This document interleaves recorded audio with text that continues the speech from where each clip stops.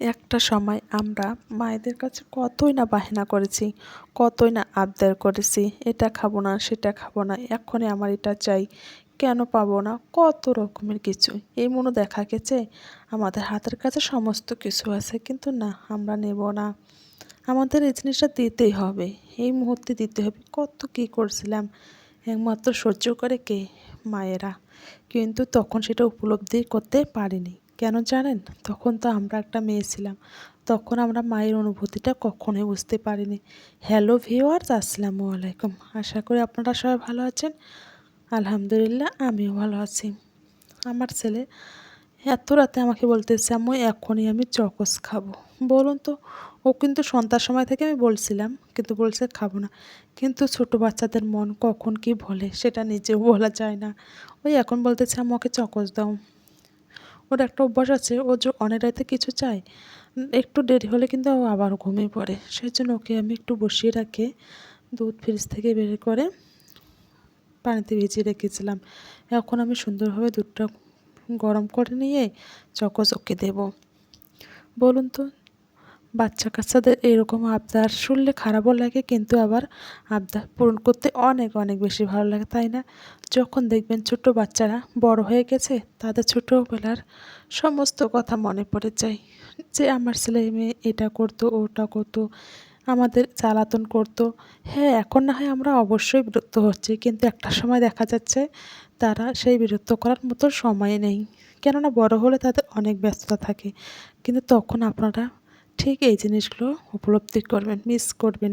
সেই জন্য সময় যেটা সঙ্গে সঙ্গে তাদেরকে উপলব্ধি করা হয়, তাদেরকে যেই সময়ে যেটা করা উচিত সেটা কিন্তু করতে দেওয়া একেবারে আমার মনে হয় ঠিক।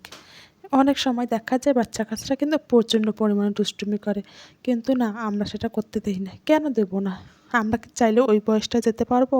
ওদের মতো এরকম করতে পারবো না? কখনোই পারবো না।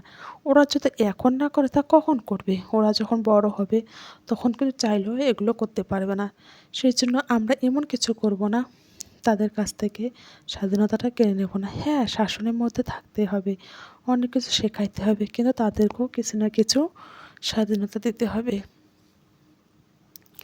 কথা বলতে বলতে অনেক অনেক কথা বলে ফেলেছি।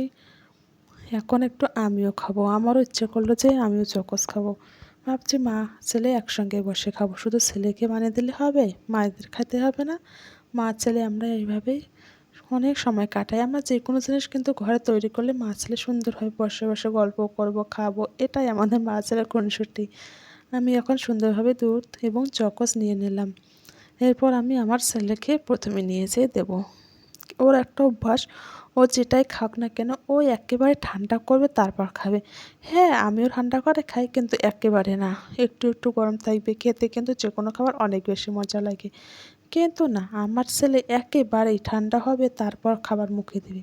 তার আগে কিন্তু ও কক্ষনো দিতে চায় না। এখন দেখুন প্রায় কয়টা বাজে, আমি একটু ফ্যানটা চালিয়ে দিলাম। প্রায় 12টার কাছাকাছি বাজছে। আমরা এখন খেতে বসলাম। খাবো আর হচ্ছে ঘুমাতে ঘুমাতে কয়টা বাজবে তার কোনো ঠিক নেই। আপনারা যারা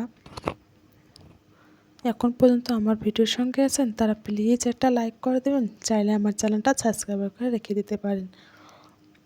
অলরেডি যারা এই কাজটি করেছেন তাদেরকে অসংখ্য অসংখ্য ধন্যবাদ। কথা বলতে বলতে কিন্তু আমি অনেক কথা বলে ফেলেছি, অনেক জ্ঞানী কথা বলে ফেলেছি। কোনো যদি ভুল ত্রুটি হয় ক্ষমা দৃষ্টিতে দেখবেন।